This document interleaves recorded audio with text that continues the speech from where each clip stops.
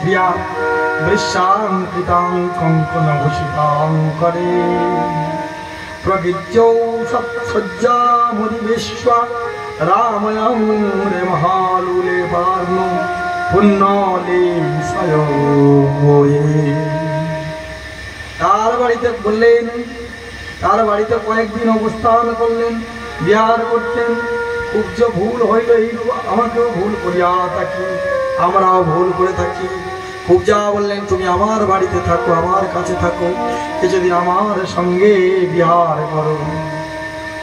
ব্রজ গোপীদের মতো সেবিকা অধিকার প্রার্থনা না করে অর্থ মান রস গৌরব প্রতিপত্তি শিরোদ্দয়ে সেবন প্রার্থনা করছে। গোপীদের যে ভালোবাসার সেবা, আর আজকের কুবজা তার অর্থে অহংকারে বলছে তুমি অধিকাংশ মানব কুবজা মনোবৃত্তি সম্পন্ন। যেমন বলছে আমার কাছে থাকো, আমি রাজ বিছনায় তোমাকে শোয়াবো, রাজ বেশে তোমাকে রেখে দেবো, তুমি কত সুখে থাকবে আমার কাছে। এই জগতের মানুষ কুবজার মনোবৃত্তি সম্পন্ন সবাই। ভগবানকে কখনো অর্থ দিয়ে বাঁধা যায় না, কখনো ভগবানকে মূল্য দিয়ে বিচার করা যায় না। ভগবানকে নিজের করে পেতে গেলে শুধু তার প্রেমের দ্বারা নয়নের জলে তাকে বন্ধন করা যায়। তাই আজকের কুবজাকে কৃতার্থ করিয়া কৃষ্ণ চললেন ভক্ত অক্রূরের গৃহে। অক্রূর বলেছিল, কৃষ্ণ তুমি আমার ঘরে আগে পদার্পণ করে তবে তুমি যাও। কৃষ্ণ বলেছিলেন, তা তো হে কাকা, আমি তোমার মনোবাসনা পূর্ণ করবো কখন জানো? আমি মথুরায় যে কাজের জন্য পদার্পণ করেছি, কংসকে ধ্বংস করব, তারপর তোমার আশা পরিপূর্ণ করব।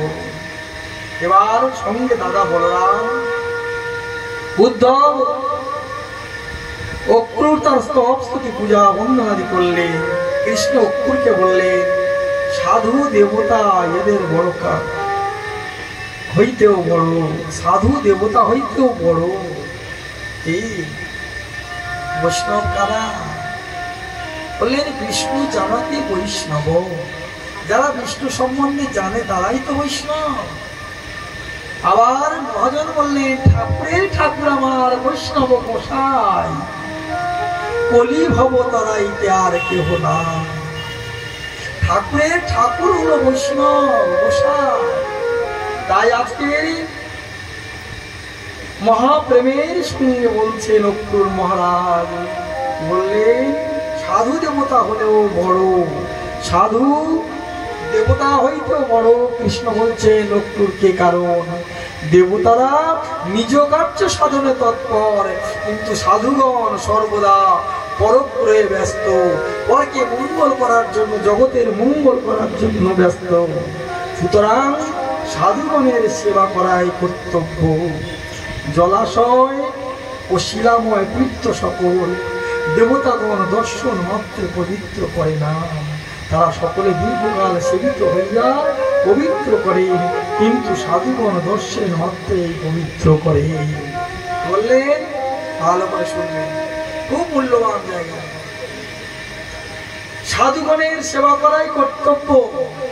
জলময় ও শিলাময় তীর্থ সকল দেবতার দর্শন মাত্র পবিত্র করে না। তীর্থে গিয়ে অবগাহন করলে হবে না। মানুষ তীর্থে যায় কখন? বৃদ্ধ হলে। জ্ঞানে অজ্ঞানে করিলে পাপ জ্ঞানে খণ্ডন হয়, জ্ঞানে করিলে পাপ তীর্থে গিয়ে খণ্ডন হয়। তীর্থে করলে পাপ খণ্ডন কখনো না হয়। তাই তীর্থে যাওয়া ভালো, চলে আসা ভালো, বেশি দিন থাকা ভালো না। তীর্থে বাস করতে গেলে অপরাধের ভয় থেকে যায়। তীর্থে অপরাধ শূন্য হয়ে বাস করতে হয়। কেন? জগতের লোক পাপ সেখানে রেখে আসে। তাই সবাই যদি পাপ সেখানে রেখে আসে, তীর্থ তো পাপে পরিপূর্ণ হয়ে একবার পাপের পাহাড় তৈরি হবে। যেমন কলকাতার ময়লা ধাপায় ফেলা হয়। ধাপা কি? ময়লার পাহাড়। তীর্থগুলো তেমনি ময়লার আমাদের পাপের পাহাড়, কিন্তু তাই কি বললেন না, পাপের পাহাড় কিন্তু তীর্থ নয়। তীর্থ সবাই পাপ রেখে আসে, তাই তীর্থে গিয়ে অপগ্রহণ করলে কখনো ভগবানকে লাভ করা যায় না। দীর্ঘকাল সেবিত হইয়া যে পবিত্র করে, পাথরের সেখানে গিয়ে স্নান করলে পূর্ণ হয় কেন না, ভগবানের ভক্ত যদি গিয়ে তীর্থে স্নান করে তবে তীর্থের সমস্ত পাপ দূরীভূত হয়ে যায়। এই সম্পর্কে ভাগবতে সুন্দর শ্লোক বর্ণনা করেছেন, সেটি কালকের আপনারা শুনতে পারবেন। বললেন পাথরকে দেখে আনলেন কিনে পাথরের ঠাকুর। আমরা পাথরের ঠাকুরকে প্রতিষ্ঠা করে বলি, ব্রাহ্মণের দ্বারা মন্ত্রপুত করে বলি এটা প্রতিষ্ঠা করা ঠাকুর। কিসের ঠাকুর? বললেন পাথরের ঠাকুর। না, এটা বলা যাবে না। ঠাকুর কখনো পাথরের হয় না, ঠাকুর কখনো পিতলের হয় না, ঠাকুর কখনো কাঠের হয় না। ঠাকুর সাক্ষাৎ ঠাকুর। তাই ঠাকুর কিনলেই কি তার কৃপা পাওয়া যাবে? বললেন না। ঠাকুরকে সেবা করতে করতে ওই ঠাকুর শিলাময় আর থাকে না, ভাবের দ্বারা ঠাকুর ভাবময় ভগবান হয়ে যায়, কৃপা পাওয়া যায়।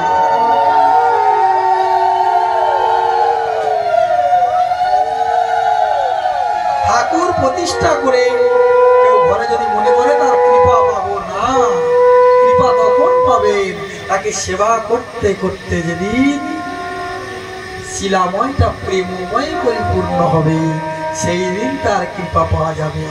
করে পাওয়ার নাম হল কৃপা। ব্রাহ্মণ মন্ত্রের দ্বারা ঠাকুর বসিয়ে তুমি কৃপা লাভ করতে পারবে না, অর্থের দ্বারা ঠাকুর কিনে তুমি কৃপা লাভ করবে না। কিছু করতে হবে ভগবানের জন্য, তবেই তার কৃপা পাওয়া যাবে। তাই মহাদেব লিখছেন করে পাওয়ার নাম কৃপা। মহাপ্রভু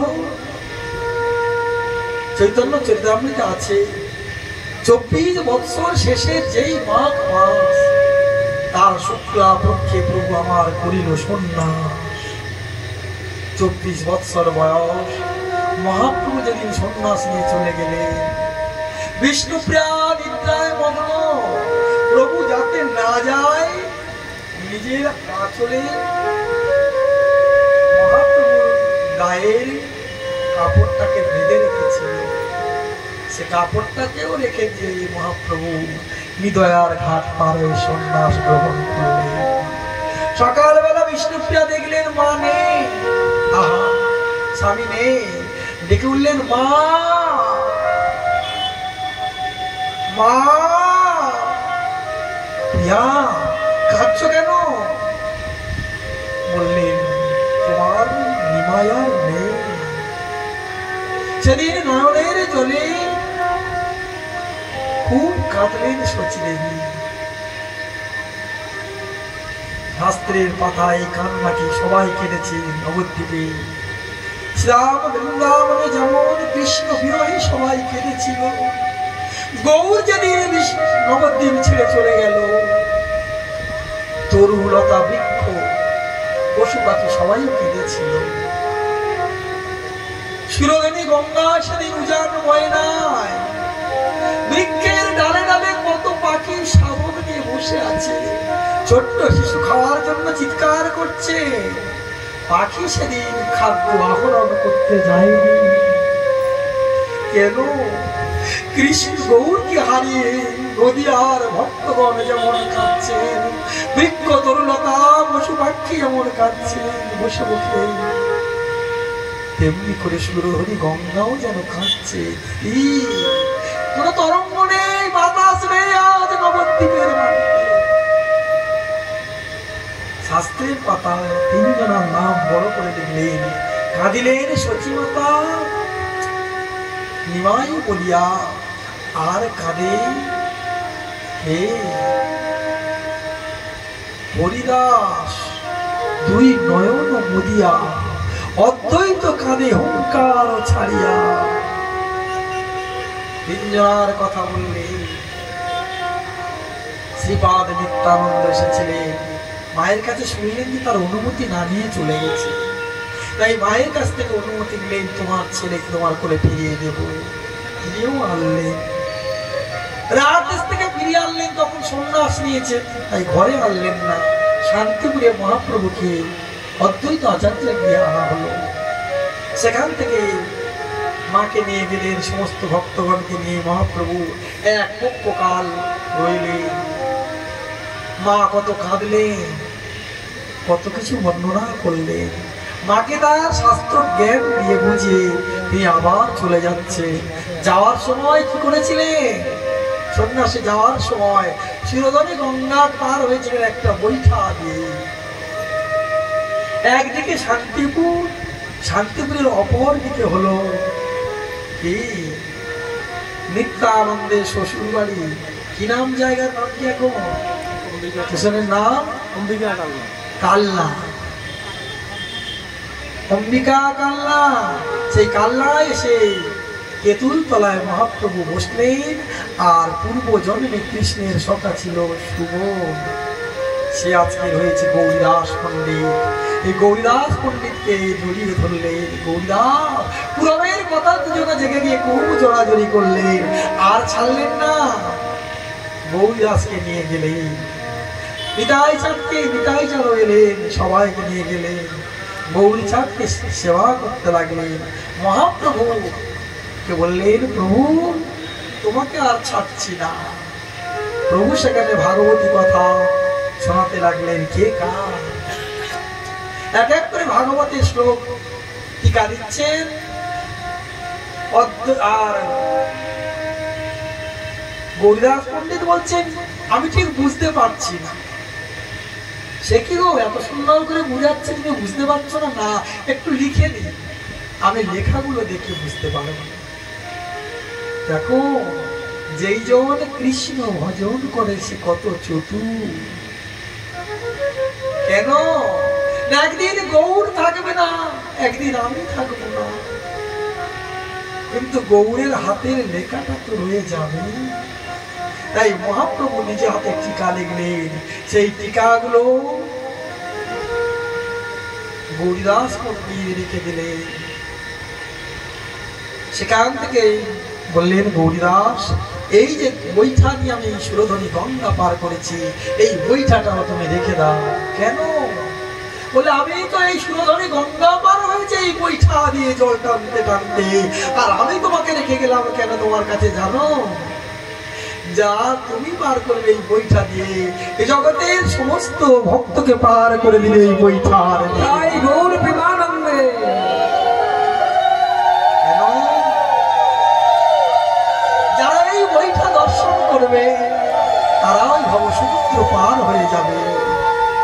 আজও পর্যন্ত গৌরীদাসের ঘরে বৈঠা আর মহাপ্রভুর হাতের লেখা সিদ্ধান্তপূর্ণ ভাগবতী কথা বর্তমান রয়ে গেছে। সেই গৌরীদাসের কাছ থেকে বিদায় নিয়ে প্রভু চলে যাচ্ছে। গৌরীদাস আচার খেয়ে পড়লে, আমি তোমাদের বিরহে থাকতে পারবো না। গৌর হরি, আমি তোমার ছাড়া থাকতে পারবো না। মহাপ্রভু বললেন, ওই যে গাছ, নিম গাছ দেখা যাচ্ছে, নিম গাছ দিয়ে আমাদের মতো দুটো মূর্তি তৈরি করে না। ওরা নিল তাই ওরে। এবার মহাপ্রভু চলে যাচ্ছেন, কাঠের মূর্তি রেখে দিই। সত্যি যদি আমাকে ভালোবাসো, এই বিগ্রহ রূপে তুমি সেবা করো। আমি তাহলে যাই, তুমি আমাকে চাও না মূর্তিকে চাও? না না, আমি কাঠের গৌরকে চাই না, কাঠের বিদায়কে চাই না, আমি তোমাকেই চাই, আমি তোমাকেই চাই গৌর হরি। আমাকে চাও? তাহলে ওদেরকে বলো যে তোমাদের চাই না, আমাকে চাও। বলো। কাঠের বিগ্রহের সামনে দাঁড়িয়ে বলেছে, তোমাদের চাই না, আমার এই গৌর নিতাইকে চাই। যেই বলেছেন, কাঠের গৌর সচল গৌর হয়ে হেঁটে হেঁটে চলে যাচ্ছে, আর সচল গৌর দাঁড়িয়ে আছে। ছুটে গিয়ে মহাপ্রভু চরণে পড়লে, মহাপ্রভুর চরণে বললেন, না না, আমি তোমাকে চাই, আমি ওই বিগ্রহকে চাই। আবার প্রভু বলছে তাহলে ওকে চলে যেতে বলবো। আবার সেই বিগ্রহকে যেই চলে যেতে বললে সঙ্গে সঙ্গে সচল গৌর আবার কাঠ হয়ে গেল, আর কাঠের গৌর সচল হয়ে হাঁটতে আরম্ভ করলেন। একবার, দুবার, তিনবার। তখন গৌরীদাসকে প্রভু বললেন, গৌরীদাস সাক্ষাৎ বিগ্রহ ব্রজেন্দ্র নন্দন, বিগ্রহকে কখনো বিগ্রহ রূপে দেখলে তাহলে সেবা পরিপুষ্টতা হয় না। বিগ্রহকে কখনো পাথর ভাবলে সে ঠাকুর বলে মনে হবে না। সাক্ষাৎ ভগবান রূপে তাকে ভাবতে হবে। তাই ভগবান রূপে চিন্তা করলে তবেই তার কৃপা পাওয়া যাবে। তাই ভগবান টাকা আছে, অনেক বড় মূর্তি কিনলাম, অনেক বড় মন্দির করলাম, যে কৃপা পাওয়া যাবে তার কোনো মানে নেই। কৃপা তখনই পাওয়া যাবে, বড় বিগ্রহ কিনলে কৃপা পাওয়া যাবে, ছোট ঠাকুরে কৃপা পাওয়া যাবে না, এরকম কোনো কথা নেই। একমাত্র প্রেমের দ্বারা, সেবার দ্বারা তবে সেই বিগ্রহকে জাগরিত হয়। এই প্রতিষ্ঠা তো এই জগতের মাইক ব্যাপার, সেবিত হয়, পবিত্র করে, সাধুগণ দর্শন মাত্রে পবিত্র হয়। তাই কৃষ্ণ অক্রুরে এইভাবে বন্দনা করলেন, অক্রুরকে হস্তিনাপুরে প্রেরণ করলেন। রাজন পরীক্ষিত শ্রীকৃষ্ণ পাণ্ডবগণের সংবাদ লইবার জন্য অক্রুরকে হস্তিনাপুরে যাইতে অনুরোধ করলেন। মহাত্মা অক্রুর রাজা ধৃতরাষ্ট্রের অভিপ্রায় জানিয়া হস্তিনাপুরে গমন করিয়া কয়েকদিন অবস্থান করলেন। পাণ্ডবগণের উপর অত্যাচারের সমস্ত বিবরণ অবগত হলেন। কুন্তী দেবীর দুঃখের বর্ণনা করিয়া বললেন, হে কৃষ্ণ মহাজনী যোগী, আমি শিশুপুত্রের সহিত শত্রুর মধ্যে বাস করে দুঃখ পাইতেছি, আমাদের রক্ষা করো, তোমার শরণাপন্ন হয়েছি। শ্রী সুখদেব বললেন, হে রাজন, সুখদেব বললেন, হে রাজন পরীক্ষিত, কুন্তী দেবীর এই কথা অক্রুর ধৃতরাষ্ট্রের সহিত সাক্ষাৎ করিয়া কুন্তীর পুত্রগণের প্রতি সমাধাপন্ন হইয়ার জন্য অনুরোধ করলেন। ধৃতরাষ্ট্র নিজের সমস্ত অবস্থা অনুধাবন করলেন বটে, কিন্তু পুত্র অনুরাগ বশত অক্রুরের হিতকারী বাক্য হৃদয়ে ধারণ করতে পারলেন না, চলে গেলেন। পরবর্তীকালীনায় ভগবান কৃষ্ণ এসে পাণ্ডবদের সঙ্গে বসবাস করে তাদের সঙ্গে কুরুক্ষেত্রের যুদ্ধ করে তবে তাদেরকে উদ্ধার করেছিলেন, তাদেরকে মুক্তি দান করেছিলেন।